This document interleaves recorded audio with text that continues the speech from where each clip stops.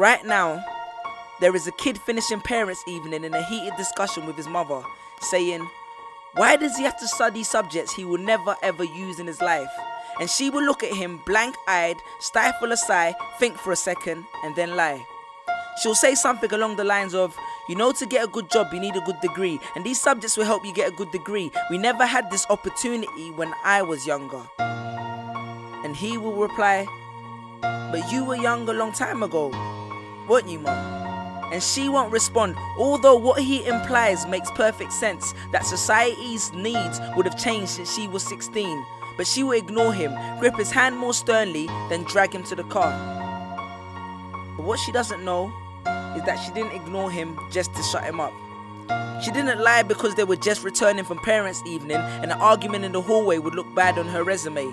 She won't lie because she just spent the last 1 hour convincing a stern-faced teacher that she will ensure that her child studies more at home. No, she will lie simply because she does not know any better herself. Although her whole adult life she has never used or applied Pythagoras' theorem, pathetic fallacy, and still does not know the value of X, she will rely on society to tell her that her child, who has one of the sharpest minds in the school, is hyperactive, unfocused, easily distracted, and wayward. Students, how many equations, subjects, and dates did you memorize just before an exam never to use again? How many A grades did you get which were never asked for when you applied for a job? How many times have you remembered something 5 minutes just after the teacher said stop writing, only to receive your results 1 month later to realize that you were only 1 mark short of the top grade? Does that mean remembering 5 minutes earlier would have made you more qualified for a particular job? Well, on the application form it would have. We all have different abilities, thought processes, experiences and genes. So why is a class full of individuals tested by the same means? So does that mean Sherelle thinks she's dumb because she couldn't do a couple of sums? And if this issue is not addressed properly, it then becomes a self-fulfilling prophecy. Then every school has the audacity to have a policy on equality. The irony. Exams are society's methods of telling you what you're worth.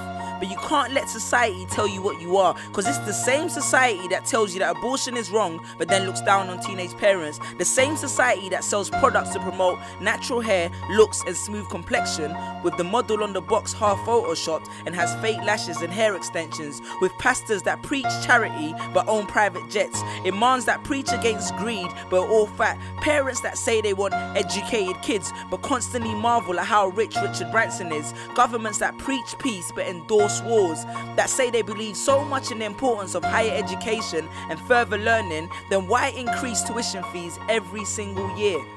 I believe Miss Jefferson when she took me into the office and said that my exams would be imperative to my success, because we was taught to always follow when Miss Jefferson led.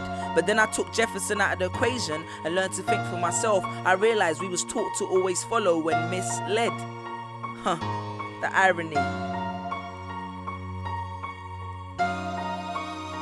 Test us with tests, but the finals are never final, because they never prepare us for the biggest test, which is survival. And what I suggest is fairly outlandish, so I do not expect everyone to understand this, except for the kids who knows what it feels like to be worth no more than that D or that A that you get on results day, and the ones whose best stories were never good enough for the English teacher, because apparently you missed out key literal techniques, did not follow the class plan, and the language was too informal for him to understand. But then he'd reference Hamlet and Macbeth, and you'd fight the urge to express your contempt by partially clenching your fist with only your medius finger left protruding in the middle of your hand, and then asked if he was aware that Shakespeare was known as the innovator of slang. Or the kid at the back of the class who thinks, why am I studying something that doesn't fuel my drive? But then when confronted with a maths problem, his eyes come alive. So this one is for my generation, the ones who found what they were looking for on Google, the ones who followed their dreams on Twitter, pictured their future on Instagram, accepted destiny on Facebook. This one's for my failures and my dropouts,